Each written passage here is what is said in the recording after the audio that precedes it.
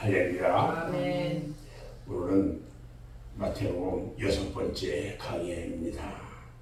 오늘 아침에는 마태복음 1장 18절로 21절 말씀을 통해서 성령으로 잉태하신 예수, 이런 제목으로 함께 말씀을 나누려고 합니다.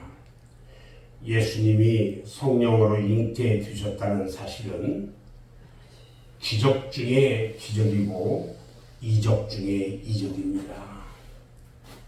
사탄은 이 사실을 은폐하기 위해서 그의 지혜를 총동원해서 인간들을 현혹시키고 왔습니다. 만약 기독교에서 이 교리가 무너지면 기독교 자체가 무너질 것이기 때문에 그렇습니다. 마태는 이 일에 대해서 사실 그대로를 기록하고 있어요. 이 일에는 어떤 주석이나 변명이 통하지를 않아요. 믿음으로만이 믿을 수 있기 때문에 이에 대한 해설은 설명되지 않고 있는 것입니다. 오늘 본문 18절 말씀을 보면 성령으로 잉태된 것이 나타났다, 이렇게 말씀하고 있습니다.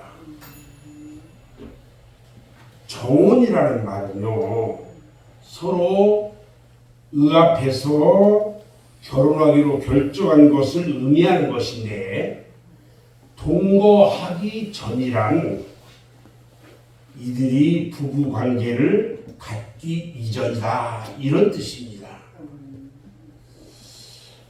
우리는 오늘 먼저 예수님의 선제를 먼저 한번 보려고 합니다. 예수님이 성령으로 잉태된 것은 이삭의 경우와는 좀 달라요. 아브라함이 이삭을 잉태할 때는 그때는 그의 아내와 부부관계에서 태어난 거예요. 나이가 적든지 많든지 부부 관계 가운데서 태어난 거예요. 아브라함과 사라가 둘 다 잉태될 수 없는 육체적 조건을 가지고 있었지만 하나님께서는요, 그의 권능으로 이삭이 잉태될 수 있도록 그들의 육체를 주장하셨던 거예요. 또 있죠. 세례 요한의 경우도 다르죠. 그의 잉태도 기적이지만 그 기적은 사람이 할 수 없는 것을 하나님의 능력으로 인간 관계를 통해서 이루게 하셨던 거예요. 그런데요, 예수님의 경우는 달라요. 그런 이 세상에 태어나시기 이전에 이미 독생하신 하나님의 존재입니다. 하늘에 실제로 존재하고 계셨던 분이에요. 그분이 다만 마리아의 몸에 잉태되어 사람의 몸으로 세상에 오신 것입니다. 아멘. 모든 인간은요, 부모에 의해 비로소 태어나지만 예수님은 이 세상에 태어나시기 이전에 하늘에 존재하셨던 분입니다. 그러므로 예수께서 성령으로 잉태되셨다는 말씀은 그런 독생하신 하나님이 마리아의 몸에 잉태된 것을 의미하는데, 이 일은 성령의 권능적인 기적으로 이루셨다는 것입니다. 여기서 그리스도에 대한 우리의 믿음에는 다음 두 가지 절대적인 요소가 필요합니다. 하나는 그리스도는 아담의 후손으로 태어나신 분이 아니라는 사실이에요.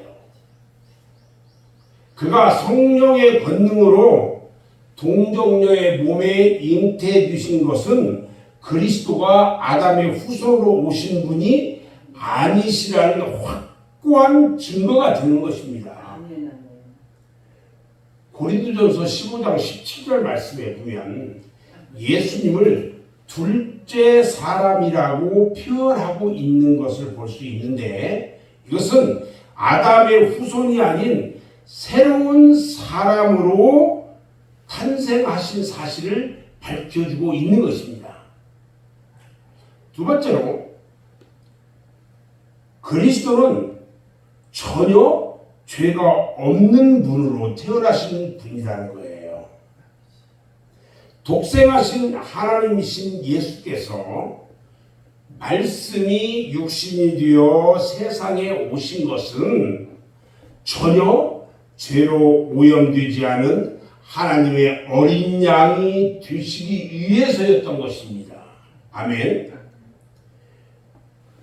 예수님이 만약 인간의 방법에 의해서 아담의 후손으로 태어나신 분이라면 그분은 결코 우리의 구주가 되실 자격이 없는 것입니다. 왜냐하면요, 아담 안에서 모든 사람들이 죄인으로 태어나기 때문에 그렇습니다.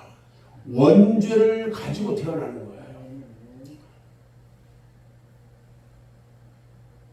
성경에 보면 이름으로 한 사람으로 말미암아 죄가 세상에 들어오고 죄로 말미암아 사망이 왔나니 이와 같이 모든 사람이 죄를 지었으므로 사망이 모든 사람에게 이르렀다. 이렇게 성경은 말씀하고 있습니다. 죄값이 사망이라는 말은요, 아담의 자손에게는 누구에게나 해당이 됩니다. 그러므로 의인은 없나니 하나도 없다고 말씀해주고 있는 거예요. 그러므로 그가 아담의 자손으로 오셨다면 비록 십자가에서 죽으셨다고 해도 우리의 죄를 속하시기 위한 대속제물이 될 수가 없는 것입니다. 사람이 아니면요, 아담의 죄를 속할 수가 없습니다.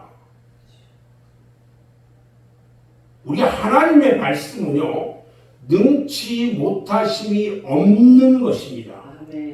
사람만이 우리의 죄를 대속할 수가 있습니다.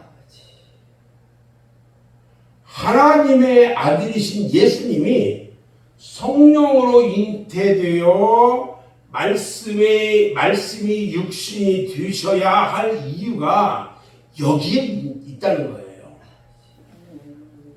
이처럼 예수가 사람이 되셔서 죄인을 위한 속죄 제물이 될 수 있기 때문에 마리아의 몸에 잉태되신 것입니다.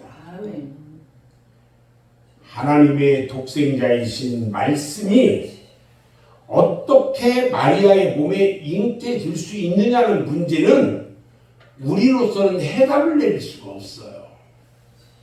그런데 하나님의 분명한 해답이 누가복음 1장 37절에 나와 있어요.